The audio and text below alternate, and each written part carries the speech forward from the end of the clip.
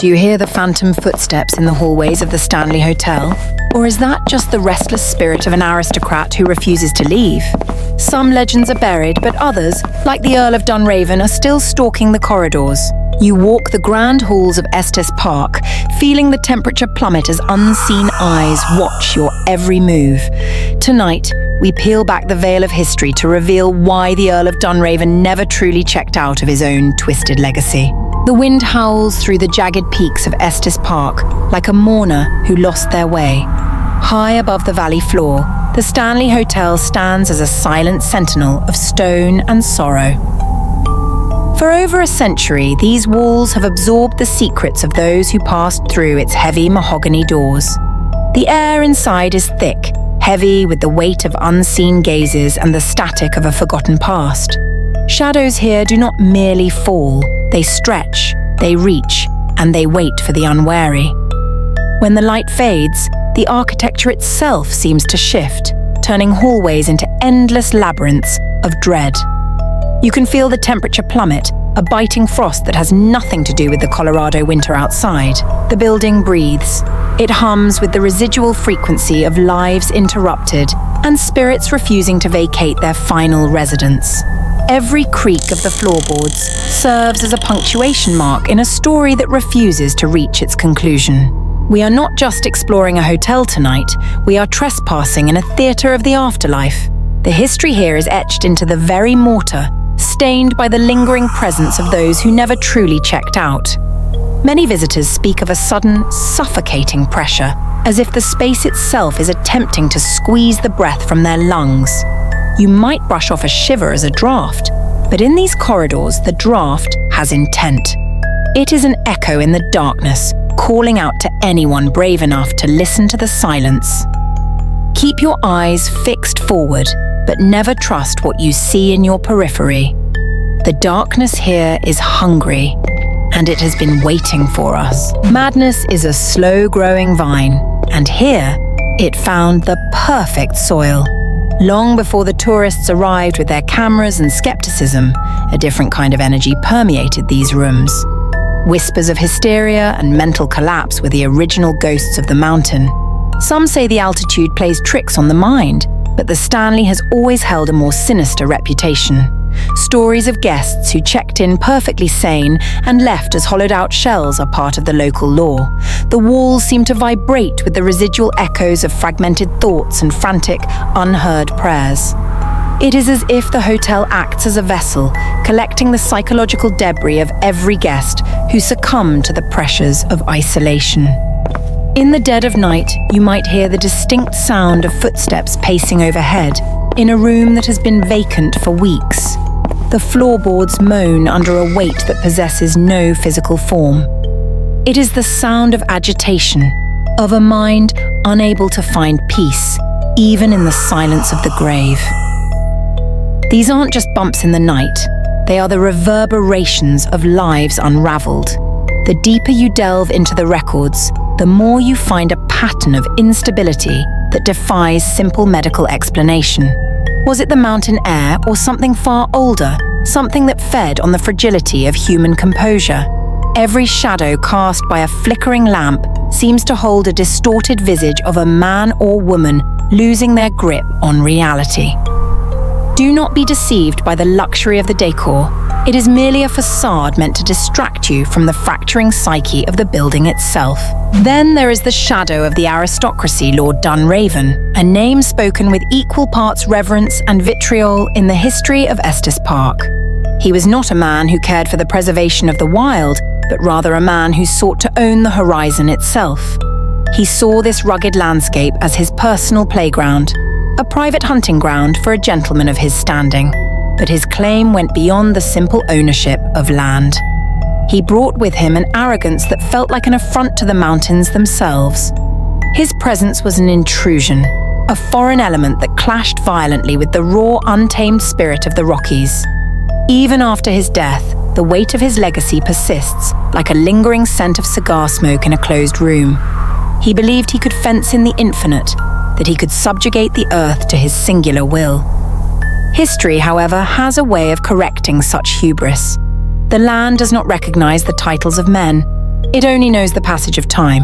When the Earl arrived, he didn't just claim acreage, he claimed the air, the water, and the very spirit of the valley. Yet the land fought back in its own subtle, brutal way. His grand designs were slowly reclaimed by the elements, and his influence became nothing more than a series of ghost stories told by nervous local residents. He stands as a symbol of the ultimate failure of man to dominate nature. He left behind a legacy of entitlement that seems to have seeped into the foundations of the hotels built upon his stolen territory. He is the original owner of this misery, the patriarch of the haunting. The valley beneath the peaks was not empty, yet the Earl viewed it as a blank canvas for his personal design. Indigenous tribes had walked these trails for centuries, guided by the spirits of the mountains. Dunraven saw only timber, water rights, and the potential for a private hunting preserve that would rival the estates of Old England. His surveyors carved lines into the pristine dirt like a scar. The trees fell with a hollow thunder that echoed for miles across the divide. He claimed the land with legal documents that carried no weight in the eyes of the ancient earth. Fences went up, cutting off migration paths and sacred gathering grounds. The wildlife began to thin, driven away by the constant smell of coal smoke and the heavy boot steps of trespassers. Locals tell stories of the mountains pushing back, unleashing brutal storms that trapped the Earl's men in their camps. He did not heed the warnings of the wind. To him, the Colorado landscape was nothing more than a commodity waiting to be extracted. The greed was a sickness, a hunger for dominion that ignored the sanctity of the soil. Each acre claimed was a brick added to his own personal fortress of isolation. He wanted the world to stop at his gate. He wanted the wilderness to bow to his title. But mountains do not kneel to men, no matter how much gold they hold in their pockets. The ground beneath the Stanley began to shift, as if rejecting the weight of his intentions. The silence of the forest was replaced by a low, persistent groan that sounded like a warning. He was a thief of beauty, and the land was already preparing its cold, calculated retribution. Desperation has a specific scent, and at the Stanley it smelled like damp rot and expensive cigar smoke. As the Earl's fortunes withered, he retreated into the deepest corners of his holdings, seeking ways to restore his dwindling prestige. Rumours surfaced of a secret room, a place where the Earl practiced rituals that defied the rigid morality of his peers. He was obsessed with the idea that life could be extended through sacrifice. The servants reported hearing voices when the Earl was supposedly alone, frantic conversations held in languages that no one recognized. He began to invite men of questionable character to his table, men who claimed to possess keys to the unseen realms. They drank heavily, their shadows dancing on the Victorian wallpaper like monstrous, elongated spirits. A dark bargain was struck in the flickering candlelight of the master bedroom. He traded his peace for the influence he felt slipping through his fingers. The price was not gold, but the sanity of those who walked the halls behind him. He grew thin, his skin taking on the sickly grey pallor of a man who no longer drew breath in the light of day. He became the architect of his own haunting. The house itself began to change, the architecture warping in ways that defied geometry.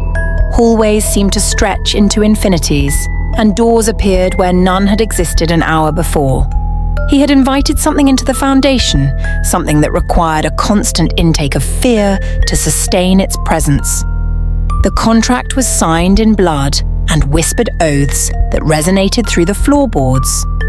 The Earl was no longer the master of the house. He was merely its most devoted, miserable prisoner. The Earl is gone, but the impression of his existence remains permanently etched into the architecture of the Stanley Hotel. Guests still report the heavy sensation of being watched from the top of the grand staircase, where the air turns unnaturally frigid.